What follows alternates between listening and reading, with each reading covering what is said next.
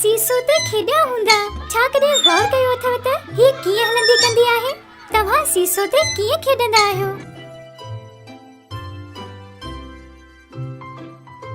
अच्छा, सही सोचो अथव। असां मिली करे हिक ॿिए खे मथे ऐं हेठ अचण ॾींदा आहियूं। कॾहिं हिकु साथी घणो ज़ोर लॻाईंदो त ॿियो बिल्कुल न लॻाईंदो आहे।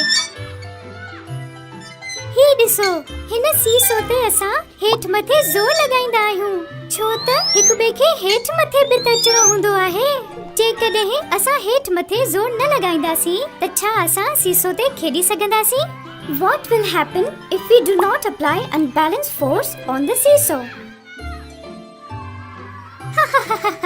जॾहिं ॿई साथी बराबर ज़ोर सां मतलब बैलेंस ज़ोर सां सीसो ते खेॾण जी कोशिश कंदा त सीसो भला कीअं हेठ मथे थींदी?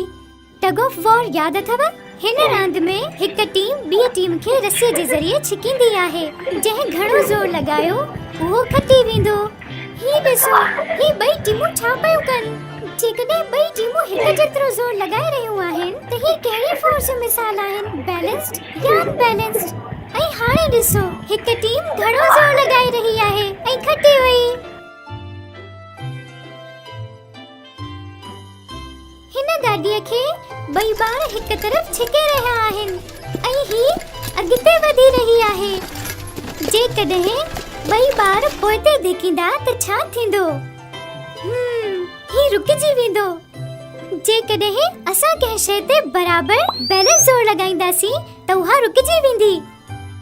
ऐं गैर मुतवाज़िन ज़ोर सां शयूं हरकत कंदियूं आहिनि। मज़े जी ॻाल्हि ही आहे त ही सभु ॿार पार्क में बैलेंस फोर्स जे ज़रिए बीठा आहिनि। थोरो सोचो, इहो ईअं त ज़मीन माण्हूअ खे मथे तरफ़ ज़ोर लॻाईंदी आहे, यानी माण्हूअ खे मथे धिकींदी आहे। ग्रेविटी माण्हूअ खे हेठे तरफ़ ज़ोर लॻाईंदी आहे, मतलब कशिश शकल हेठे तरफ़ छिकींदी आहे। ही ॿई डॉग्स हॾीअ ते विढ़ी रहिया आहिनि। गौर सां वीडियो खे ॾिसो त बराबर ज़ोर लॻाए रहिया आहिनि या घटि वधि ज़ोर लॻाए रहिया आहिनि।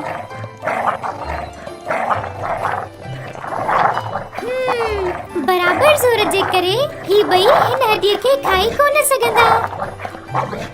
ऐं बस ते सफ़र त सभिनी कयो हूंदो। ही सभु ॿार बि घर वञी रहिया आहिनि। बीही वञण में मज़ो ई पंहिंजो आहे। झूले वारो मज़ो ईंदो आहे, पर ही ख़तरनाक भी हूंदो आहे।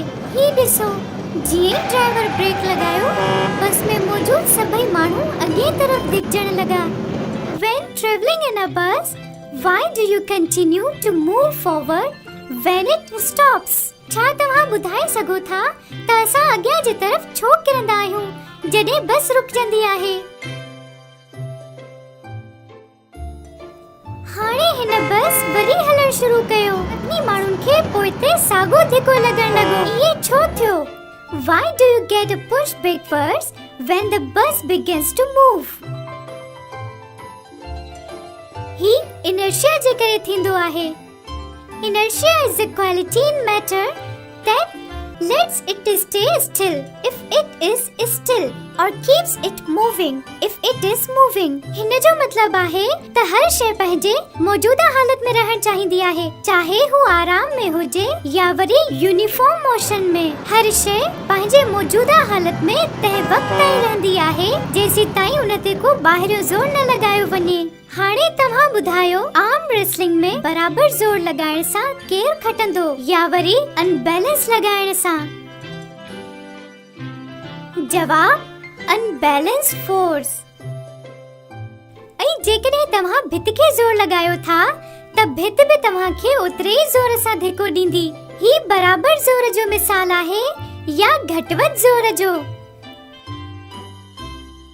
Answer, balance force. ऐं हिन वॾे पत्थर खे चोरण लाइ बराबर ज़ोर घुर्जे या घटि वधि ज़ोर घुर्जे?